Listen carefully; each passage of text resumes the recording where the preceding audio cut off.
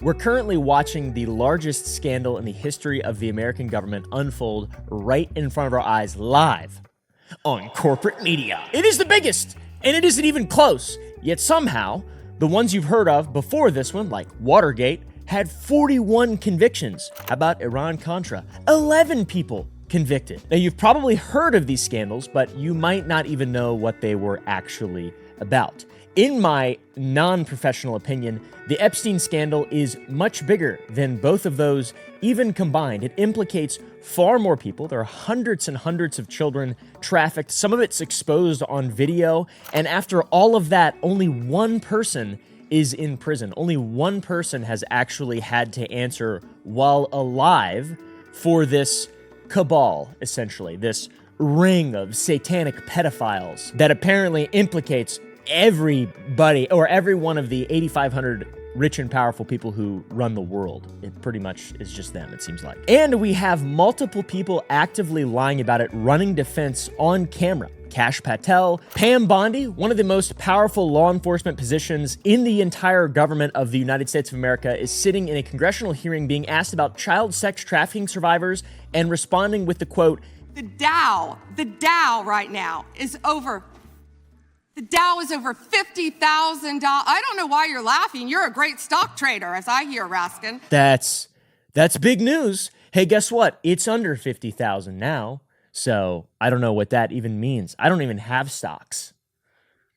I don't know how to get them. I don't even know where the you buy them at. By the way, in case you forgot, these are the exact same people who spent years telling you that they were going to expose all of this and drain the swamp, and they built their campaigns on it, and they rode that outrage all the way into office, all the way into the most powerful positions in the country by completely just taking advantage of you. And then they got that power, said that there were files, said that there were no files, and now they're using the power to bury the entire thing. It's unbelievable, genuinely. In the Watergate scandal, the equivalent of Pam Bondi, the attorney general, actually went to prison for lying to protect the president. The crime he covered up was burglary. All right?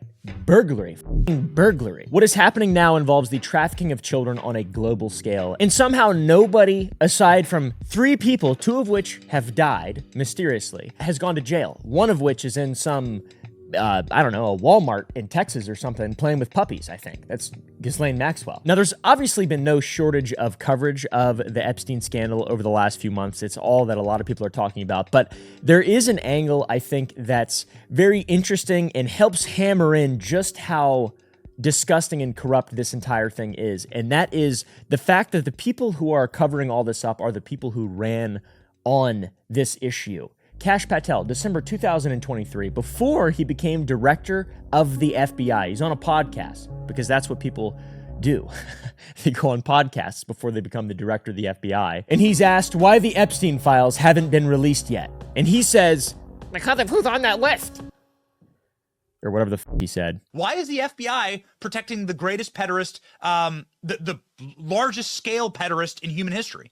Simple, because of who's on that list. He then said, put on your big boy pants and let us know who the pedophiles are. Put on your big boy pants and let us know who the pedophiles are. And then he said, on day 1, roll out the black book. Day 1. That was the promise. Not eventually, not when they eventually get around to it, guys. Day 1. Remember, he said this a while ago, and then he actually got into power and did none of it. Did literally none of it. Instead, he just lied about it. He said that they'd give us every single thing that they have and can give us. He didn't give any of it. All right, guys. Instead, they just said that there was nothing. And then somehow a few months later, they released 3.5 million things, and now they're not going to release the other 2.5 million things, or however many there are. Now, how about Dan Bongino? Before he got a role at the FBI and Secret Service, he was a podcaster with millions of listeners, and I think he actually failed miserably at those first 2 things, and now he's a podcaster, again, doing kung fu moves. It's really embarrassing. He spent years hammering the issue. In May 2023, he called it, quote, one of the biggest political scandals of our time. He was totally right and insanely based. In September of 2024, he said the Epstein client list is a huge deal. He told his audience that it was going to rock the Democratic Party and that the truth was being hidden from the American people, obviously because of the Biden administration. because they were in power. That's why they weren't releasing the list. All right, guys. And he asked the question his audience was already asking. What are they hiding? What the hell are they hiding, guys? Perfectly valid question that everybody still wants to know the answer to because it's clearly still being hidden. His audience trusted him on that, and they believed that he was going to follow through because he's, saying things that he believes are true, and he's actually, making it to larger points of power in the American government. He's being appointed to do stuff. But alas, no. Then there's Pam Bondi, the current Attorney General of the United States of America. I'm going to say current because I think that's going to be a very important word really soon. If you don't know what an Attorney General is, if the FBI Director is the person who runs the investigation, the Attorney General is the person who decides what happens with the investigation. This is the job that matters most when it actually comes to accountability. The Attorney General for the federal government and also individually for the states is a very important and strong position that generally delivers justice on a very grand scale beyond what any other lawyer or point of law enforcement or point of law or whatever anybody else in the executive branch of government can actually do. This time last year, she went on Fox News and said, "It's sitting on my desk right now to review." Do you guys remember that when they were about to release the Epstein files a year ago? A few weeks later, she doubled down. In March 2025, she said, "Everything's going to come out to the public." She then accused the Biden administration of sitting on these documents. The implication is that now that the Biden administration is out, it is going to usher in a new guard of people who actually care about accountability and standing up for survivors of this massive evil ring of bad people. That's why they got elected. It's like drain the swamp, right? Because Hillary and Bill are evil and shit. I thought that's what the whole thing was. And the American government is run by a satanic cabal of pedophiles. I thought that's what the whole thing was, man. I heard about that for years. Come on now, dude. What about QAnon? What happened to QAnon? Is he in the files? Yeah, by the way, I'm sorry I'm continuing to talk about this, but I just can't stop, and I don't think I want to stop. It's coming apart at the seams, it feels like. The American government is coming apart at the seams. But anyways, the current administration is the administration that signed the Epstein Files Transparency Act into law in November of 2025. That act was written by Ro Khanna and Thomas Massie, genuine and actual people standing up for what is right in basically modern-day folk heroes at this point. That's who these two people are. When Trump was asked on Fox News back in June 2024 if he would release the Epstein files, he said, "I guess I would." But then he also said all this shit. So it's like a Democratic hoax and it's not real, and it's apparently they lied about it and stuff. And if it's a Democratic hoax, you'd think that Biden, it doesn't seem like there's any consistency and any clarity. It's really bad though. I released an Antarctica video last week. I was like, man, this seems dumb. I feel like I got to just keep talking about this. I can't shut up about it. How are you supposed to just let this just be?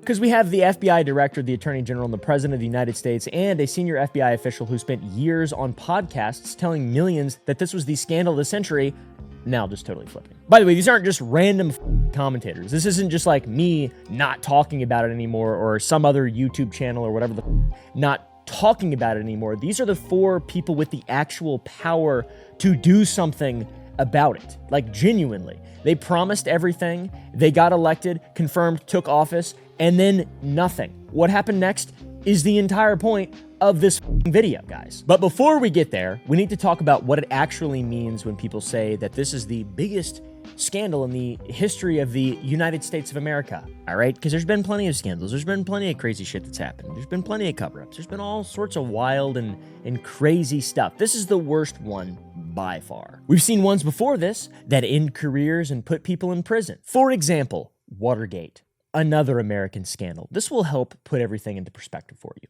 June 17th, 1972, 5 men are arrested inside the headquarters of the Democratic National Committee at the Watergate office complex in Washington, D.C., right there on a map. They're there to plant listening devices and photograph documents, and one of the 5 is a guy named James McCord.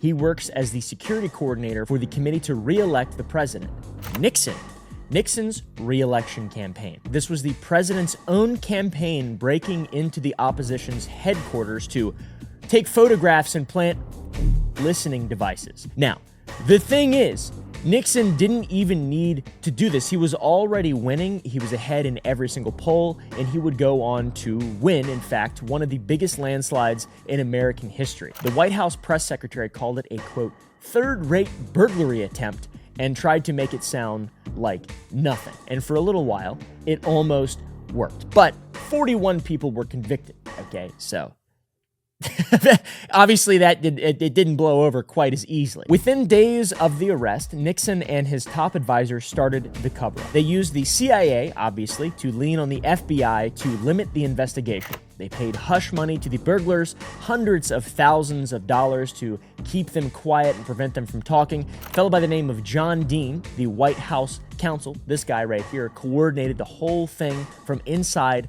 the West Wing. The strategy? Pretty simple.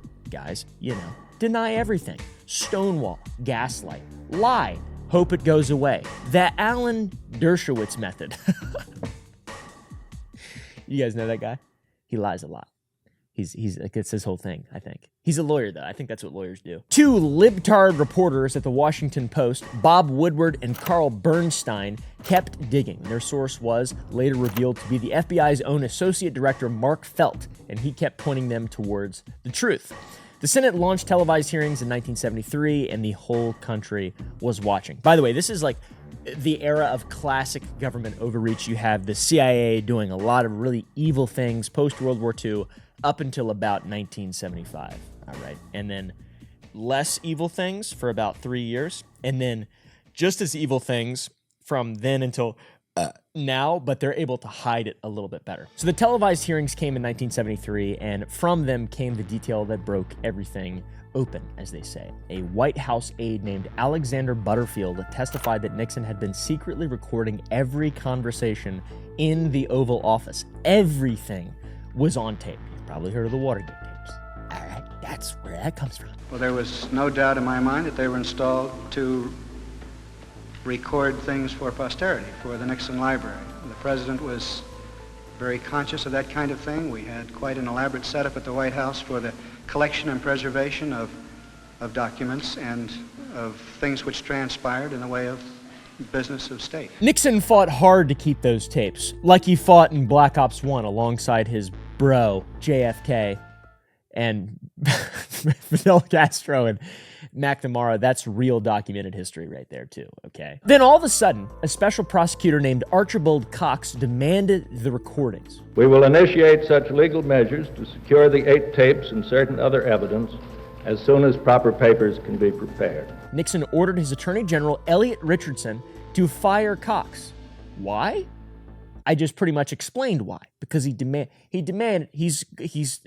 for justice, and Richardson refused and resigned. Then Nixon went to the Deputy Attorney General, William Ruckelshaus, and Ruckelshaus refused and was also fired. It took the Solicitor General, Robert Bork, to finally carry out the order. That's right, guys, Robert Bork. They called it the Saturday Night Massacre. 3 top Justice Department officials gone in a single night because the president wanted to kill an investigation into his own administration. Now, the intent to kill the investigation fell flat. Didn't work. The Supreme Court ruled unanimously that Nixon had to turn over the tapes. When the country finally heard what was on those recordings, it was over, guys. The tapes proved that Nixon personally ordered the cover-up. He told his staff to use the CIA to shut down the FBI's investigation. It's not speculation. That's Nixon's voice on tape doing that. They'll call them in and say, we've gotten the signal across the river to put the hold on this. And that'll fit rather well because the FBI agents who are working the case at this point feel that's what it is the CIA. You call them in. Good deal. Let's play it tough. That's the way they play it. That's the way we're going to play it. Okay. 41 people got convicted. 41 people, and Nixon resigned on August 9th, 1974. He was pardoned by Gerald Ford and never spent a single day in prison. Oh, but guess who did? The Attorney General did. John Mitchell, the highest-ranking law enforcement officer in all the land, the United States of America. Nixon's personal butt buddy, personal friend, personal political advisor, or I guess political advisor, not personal political advisor. The man who was supposed to uphold the law for the entire country. He was convicted on January 1st, 1975 of conspiracy, obstruction of justice, and perjury, and sentenced to prison to serve 19 months. He was the first attorney general in the history of the United States to serve a prison sentence, and I sure hope not the last. Now, We have to understand what Mitchell actually went to prison for. He didn't go to prison for ordering the break-in. He didn't go to prison for doing the evil, bad stuff. He went to prison for lying about it and for covering it up and for obstructing the investigation and talking about how the Dow's over 50,000 points. Actually, that wasn't him. He went to prison for lying under oath. The break-in, the actual crime, was like a burglary and really wasn't that big of a deal in the grand scheme of things. The cover-up was the actual actionable crime. How epic is that? Now, this is obviously a different time. Things were a lot simpler in the mid-70s, right? Hair was longer. People were, I don't know if they were dumber or apparently they had more testosterone. Apparently that is absolutely true. But the lesson that America took from Watergate was that the system does work. Even the highest office in all the land, they can lose their job. Sure, they might not go to prison, and sure, they might get pardoned by the next guy who comes in. Maybe they might get a little, a handy or whatever. I don't know exactly how it works, but those people are out, kind of. The system works. There are checks and there are balances at some point. The press investigated, Congress held hearings, and the courts enforced the law, and the Attorney General went to prison. Sure, it probably should have been the guy who was behind all of it, President Nixon, but it was people did 41 convictions. People were put away. So we've got that. How about 12 years later, America would learn a very different lesson. Ever heard of Iran-Contra? A very, very convoluted and complicated scandal. One time at a vet clinic, I saw Oliver North. That's a little bit of a fun fact, okay? Doesn't really have anything to do with this video. I just thought it'd be funny to say he's involved in this. 1985. The Cold War is still going. Ronald Reagan is president, and he's focused on one thing: stopping the dirty Reds everywhere that he can. All right, and I'm standing up for him. In Central America, not anywhere near Russia, a group called the Sandinistas have taken power in Nicaragua. Reagan sees them as a communist threat and wants to fund the rebel forces fighting against them, a group called the Contras. But there's one problem. You can't just fund a warring group of rebels without asking Congress. Congress said no. They passed a law called the Boland Amendment that explicitly prohibited the United States from funding the Contras. Not really a suggestion or an idea or a concept or a hypothetical or a bit of hyperbole from Congress. It's federal law. Meanwhile, and this is related, halfway around the world, American hostages are being held in Lebanon by Hezbollah, which has ties at the time to Iran. And Iran is under a strict U.S. arms embargo. So with that in mind, logically, this is what the senior officials in the Reagan administration decided to do. They sold weapons to Iran, violating the arms embargo, and took the profits from those sales and funneled them to the Contras, violating the Boland Amendment. Two illegal operations stitched together, arms to a hostile nation and the profit from those arms to a hostile nations to rebels that Congress had cut off, and then they lied to Congress about all of it. Huh? Here's where the vet clinic comes in. The operation was run through the National Security Council, primarily by a Marine Lieutenant Colonel named Oliver North. North was the operational architect of this shebang, we should call it. His boss, National Security Advisor John Poindexter, approved it, and CIA Director William Casey was also deeply involved, but he died of a brain tumor in 1987 before he could ever testify. In November of 1986, a Lebanese magazine broke the story about the arms sales to Iran. The Attorney General investigated and discovered the Contra diversion. Reagan went on national television and claimed he didn't know about the money going to the Contras. Oliver North was fired, and old Poindexter retired. I didn't even know that was a last name. That's a crazy last name. Isn't that like a something mean you call nerds? Poindexter? Poindexter? Is that why they say that? I don't even know. Who am I asking? Before anyone could get their hands on the evidence, Oliver North and his secretary Fawn Hall spent hours feeding documents into a shredder like that scene from SpongeBob. Congressional hearings followed in 1987. They were televised nationally. And when Oliver North showed up, he did something that no one expected. He wore his Marine Corps uniform, sat in front of Congress, and turned his testimony into a beautiful performance. He was defiant, unapologetic, and a significant portion of the country rallied behind him. The narrative at the time shifted. Instead of, what did the government do wrong, it became, Oliver North loves his country. That's why he's illegally selling arms to Iran and using the profits of the arms sales to fund a rebel group in South America because he hates the commie Reds. In the end, 11 people were convicted, and an independent counsel named Lawrence Walsh spent 7 years investigating the Iran-Contra. 7 years of his life. He secured 11 convictions, and then he watched pretty much all of them disappear. Oliver North was convicted on 3 counts: aiding obstruction, destroying documents, and accepting an illegal gratuity. All 3 of the convictions geared towards North were vacated on appeal because his immunized congressional testimony may have influenced the witnesses against him. Some classic legal speak. The same immunity Congress gave him to testify on national television became the legal basis for throwing out the convictions. Pretty interesting way to do it. All right, guys?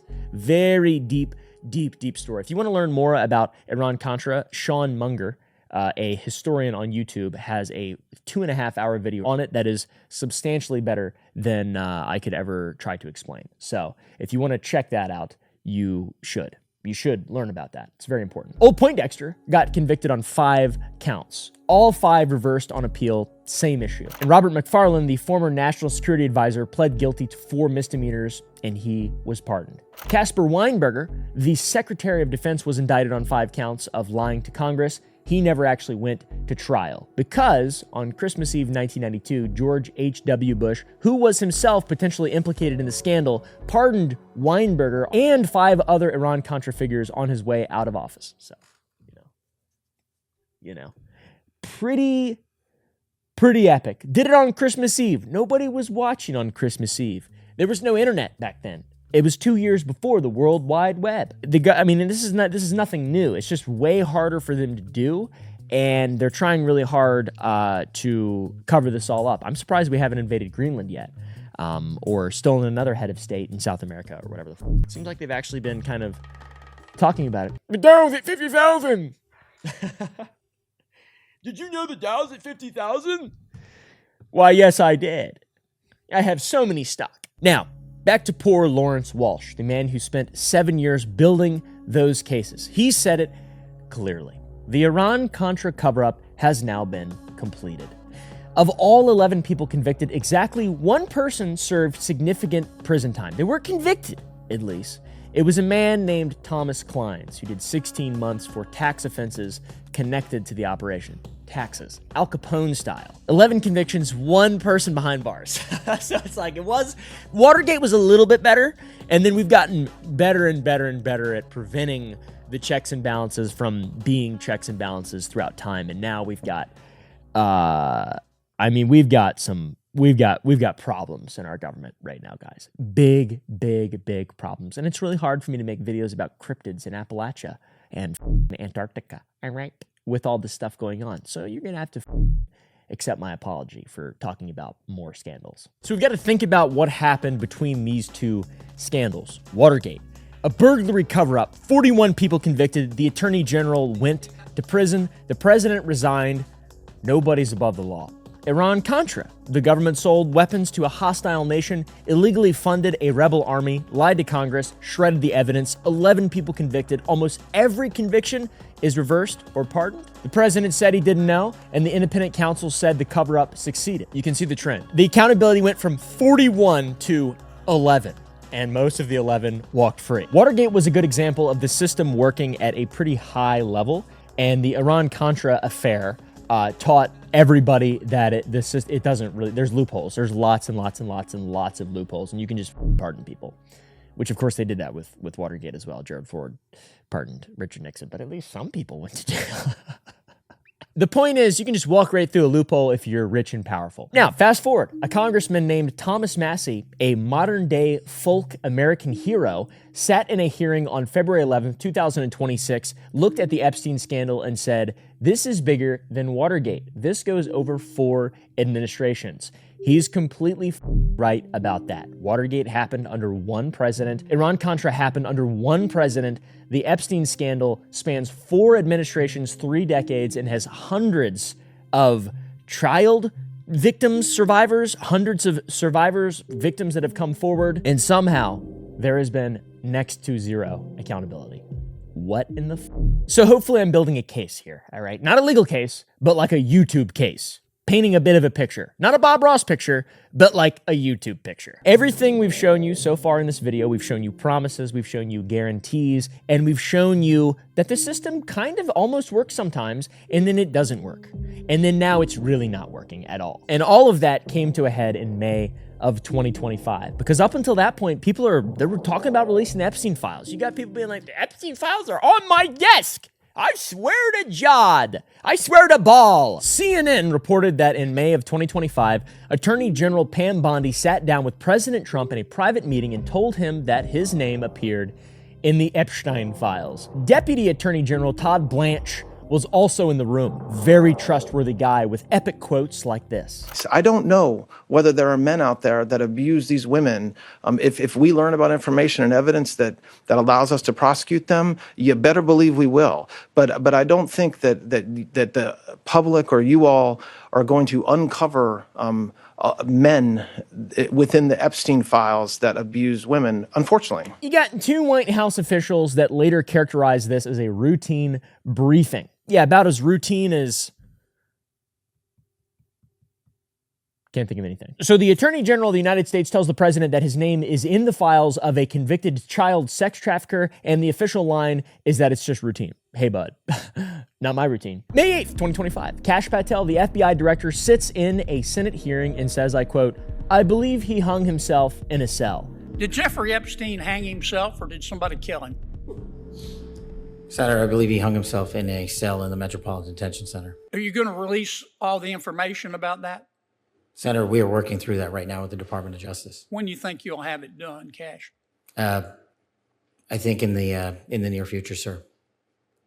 Like before I die? This is the same man who said, roll out the black book on day one. He's now confirming the suicide narrative that he spent years questioning, dude. What the is happening? May 18th, Dan Bongino goes on Fox News and says, I've seen the whole file. He killed himself. 10 days after Patel's reversal, the man who called this one of the biggest political scandals of our time has suddenly seen the whole file and decided that there's nothing for us, the American people, to see. May 29th, Dan Bongino, again on Fox and Friends, my favorite show, says there is no DNA, there is no audio, there are no fingerprints, there's no suspects, there's no accomplices, there's no tips, there's no nothing. But there is a lot of tips. There is a list of co-conspirators. For example, Leslie Wexner. What the that was just unredacted. People are so full. These people are so full of shit. No wonder Dan Bongino resigned. Honestly, no wonder that guy resigned. Lay off the TRT, bro. Eat a I don't know, sandwich or something. Holy shit. You look like you're about to pop. Love the Kung Fu, by the way. Keep working on it. You'll eventually get it.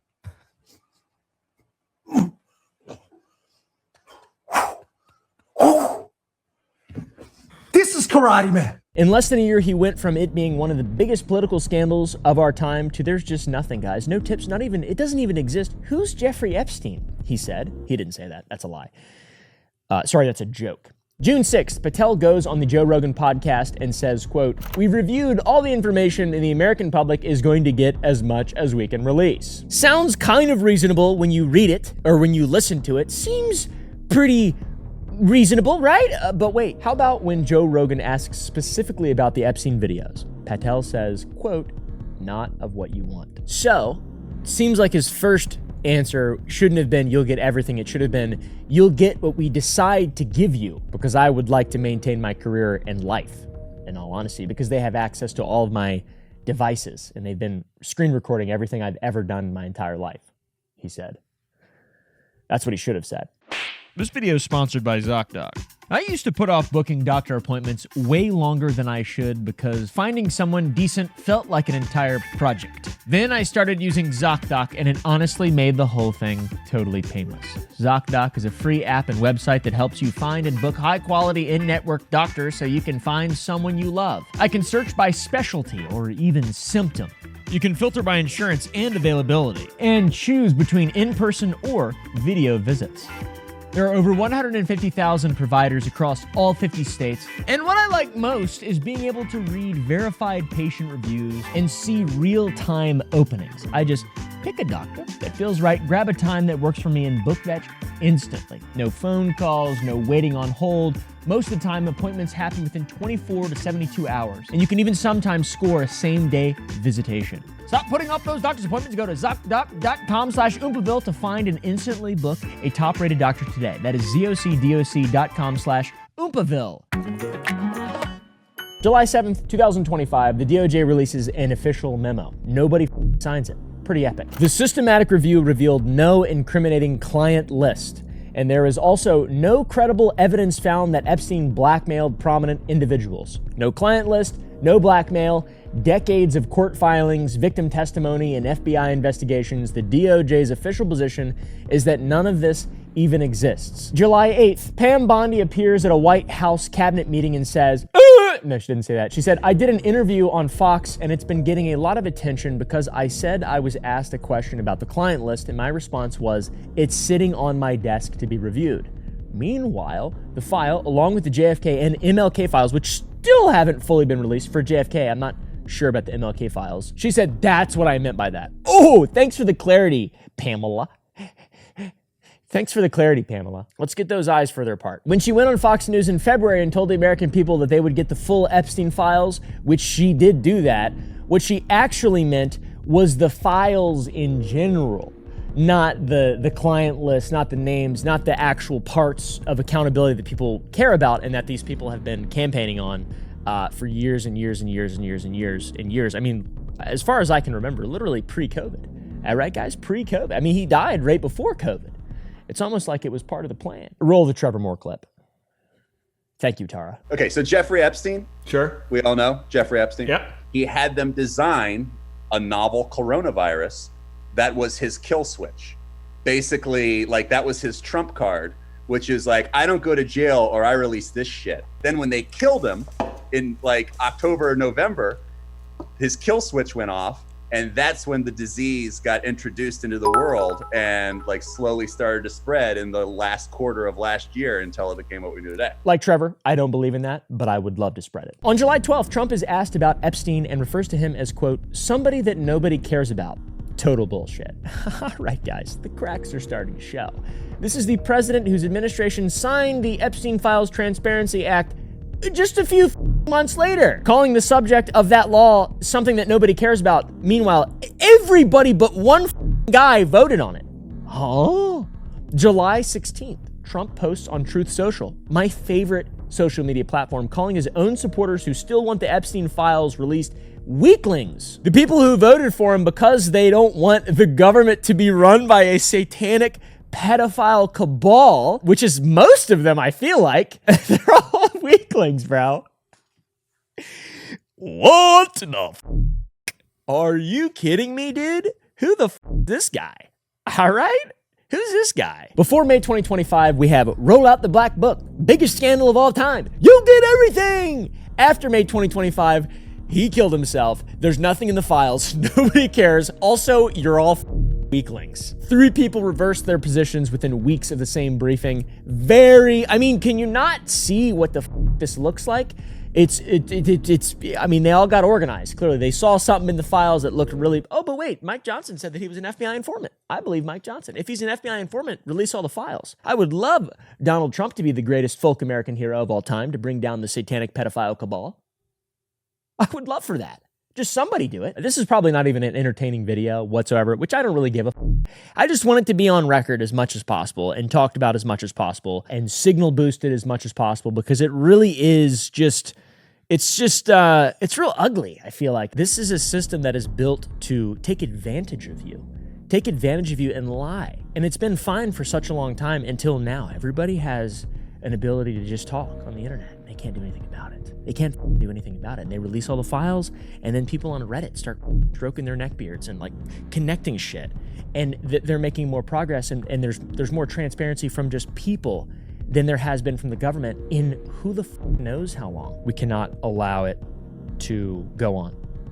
And the best way to do that is to just be really consistent. How about the lies? Chapter 5. Let's start with Dan Bongino, my favorite political commentator. May 2023. He tells his audience this is one of the biggest political scandals of our time. And yes, he does look like he's about to explode while saying that. And like, how did the media, how... Then in 2025, he goes on Fox News saying that Epstein killed himself and there's nothing in the files. Really, Dan? Like, how do you sleep with yourself at night? I mean, how do you sleep at night?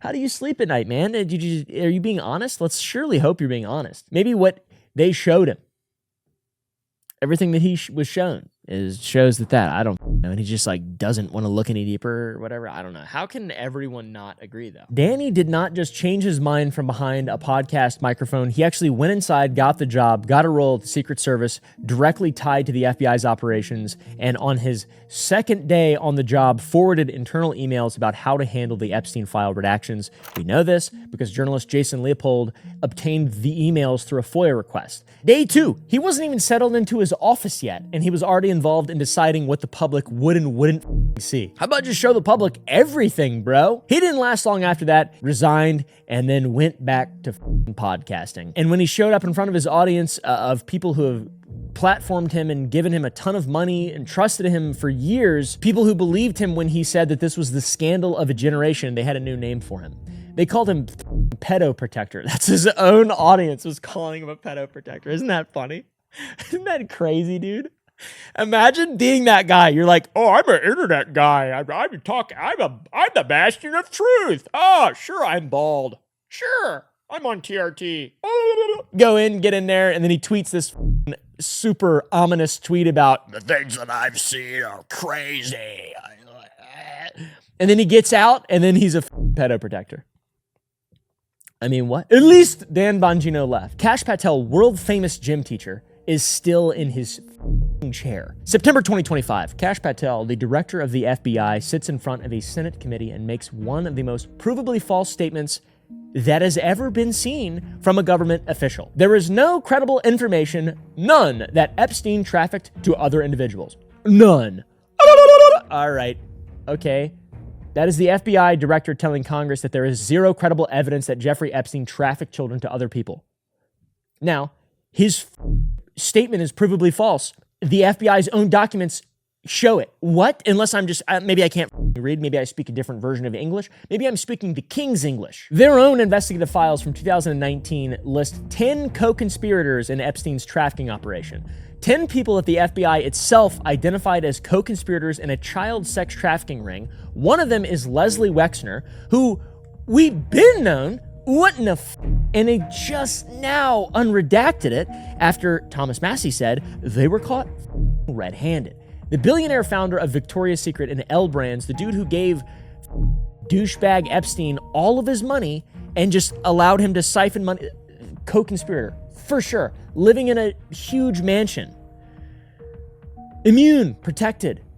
What? Thomas Massey, among other members of Congress, went into the DOJ reading room and reviewed the actual FBI files and came out with receipts to prove this, all right? There's actually been unredacted versions of these files now seen. Thomas confirmed that the FBI's own documents label Wexner as a co-conspirator in a child sex trafficking ring. We have the document here. Leslie Wexner. What is this for? Not financial shit. This is not an outside allegation or some kind of conspiracy theory. This is the FBI's own paperwork produced by the FBI's own investigators sitting in the FBI's own files that they redacted showing a co-conspirator. And the king of the FBI said there are none. No credible, evident. So either Kash Patel never read his own agency's documents or he read them and lied about them under oath. I actually have a theory about this. I have a theory, and in my mind, it makes a lot of sense. But if I'm a idiot, if I'm, room temperature IQ, which not far off, to be real with you guys, not far off. If I'm room temperature IQ and I'm, the sort of a part of a grassroots movement, like Kash Patel, all right, guys, a grassroots movement about protecting the innocent and, getting the satanic pedophile cabal out of DC, which is what these people, Pizzagate, these are the proselytizers of this, the entire grassroots movement that these people co-opted and used to get into power, they were galvanized off the idea of protecting children, about stopping this stuff. Say I'm an idiot, all right? And I go in and I become the leader of the FBI. I become the director of the FBI. And I say, I don't actually look at the files myself. I don't do anything myself. I say, hey, give me a list of co-conspirators. And then everybody around me says there aren't any. And I say, I guess there's not. And then I go in front of Congress and I say, there are none at all. And then they say, well, when we have this evidence of well, the people that I know said that there weren't any. That's my theory. Does that make sense? Bro went in there and was just like, hey, any co-conspirators? No? Okay. He's not a journalist, so kind of makes sense, I guess. He just went in there and was like, hey, who's, pedophiles? No? Satanic pedophilic cabal? No? None? Okay. All right. I'll make sure that I tell everybody and go to jail for lying under oath. February 11th, 2026, Attorney General Pam Bondi appears before the House Judiciary Committee. You showed it. I find it. How many have you indicted? Excuse me. I'm going to answer the question. Answer my question. No, I'm going to answer the question the way I want to answer the question. No, Your you're going to answer the theatrics are question the ridiculous. way I asked it. Chairman Jordan, I'm not going to get in the gutter with these people, but I'm going to answer the question. How many have you indicted? Again, the time belongs to reclaiming my time. The time belongs. I think it's very interesting. Reclaiming my time. I think it's very interesting. And you can that reclaim he your talks time, about but they indicted. The president said they indicted him twice. Mr. Chairman, please stop the clock and stop the clock. And from the beginning, it's clear she didn't come to answer any questions. She's filibuster maxing, all right, guys? She's frame mugging on these idiots who want transparency. Transparency maxing? That is cringe. You can let her filibuster all day long, but not on our watch. Not on our time. No way. And I told you about that, Attorney General, before you started. You don't tell me. Yeah, I did tell you because we saw what you did in the Senate. You're a lawyer, not even a lawyer. Committee will be in order. Congressman asked about the Epstein files, about accountability for sex trafficking, and about what the Department of Justice is going to do about it. And Pam Bondi responded with the most evil thing you can ever possibly say. That is the Dow is over $50,000 right now. Like, who the cares, dude? You rotted, just succubus. What in the dude? Moloch's not watching right now. Baal's not watching. Christ is. Have you read the Bible? Have you ever read the Bible? Like, all these people, they swear on it. They swear on it, dude. And I can't see this being the side of good. The side of good. I just can't see it. Whatever good means. I feel like it means you don't like child sex trafficking pedophiles. I feel like that's kind of the side that I'm on, is that I think that shit's bad, and everybody involved in it, even loosely, should be harangued to the end of time and have their rights and privileges removed. Simple, dude. That's why I don't make laws, though, all right? And that's why I don't have a lot of power. I just have a cool, bright sign behind me, and I talk on the internet. The Dow has shattered 50,000 for the first time. This is crazy. They said it couldn't be done in 4 years, yet President Trump has done it in 1 year. National median rents have fallen to a 4-year... Horribly, sitting directly behind Bondi are Epstein survivors, women who were trafficked, and they're right there in the room. Jayapal asks Bondi to turn around and face them and apologize. Bondi says, I'm not going to get in the gutter for her theatrics. Will you turn to them now and apologize for what your Department of Justice has put them through with the absolutely unacceptable release of the Epstein files and their information? I am reclaiming my time, and when I reclaim my time, it is Mr. Chairman, the gentlelady's reclaimed her I'm not going time. to get in the gutter for her theatrics. The time belongs to the gentlelady. The gentlelady has 17 seconds. Thank you. Then comes Ted Lieu, a congressman and former prosecutor. He looks at Bondi and says, I believe you just lied under oath. Bondi's response is, don't you ever accuse me of a crime. She vitriolically, she screams with vitriol. I'm going to put up another document from a witness who called the FBI's National Threat Operations Center, because I believe you just lied under oath there is ample evidence in the Epstein file. Don't you ever accuse me of a crime. I believe you just lied under oath, and this is all on videotape. You said there's no evidence of a crime. I'm showing you, here is a witness statement who called into the FBI's Threat Operations Center. He drove Donald Trump around in a limo. He overheard what Donald Trump said to Jeffrey on his cell phone. He was so angry, he was going to stop a limo and hurt Donald Trump. Then she turns on her own party, guys. I thought that we was tribes. I thought we was in the same tribe, y'all. Thomas Massie, a Republican congressman and modern-day folk hero, pressed her on why Leslie Wexner's name was redacted from FBI documents that labeled him a co-conspirator in a child sex ring. And Bondi, a Republican attorney general, called Massie a failed politician and accused him of having Trump derangement syndrome. You asked me a question. Within 40 minutes, Wexner's name was added back. Within 40 minutes of me catching you red-handed. Red-handed. There was one redaction out where of he's over listed as a co-conspirator. And we invited you in. Gentlemen. This guy has Trump derangement syndrome. He needs to get, you're a failed politician. Gentlemen, you need to get on you to watch the matter. Mr. Chairman, please restore his time. By the way, Thomas Massie, Kentucky District Number 4, got more votes in his last run for Congress than Donald Trump did in Kentucky District Number 4. So, failed politician? I don't think so. How about MIT-educated, Constitution-upholding person who actually cares about his country? How about that, you rotted ghoul? Trump derangement syndrome. You got TDS. You've got TDS. It's all coming crashing down for these, man. I cannot wait. I cannot wait, dude. And it doesn't matter if you disagree or agree with Thomas Massie. You just gotta give credit where credit's due, regardless of who it's coming from. All of these people are holding these people accountable. And of course, the other side is gonna wanna see the other side crumble. But we have a bipartisan movement, Ro Khanna, Thomas Massie. They could not disagree further on things like the economy or immigration or the Second Amendment.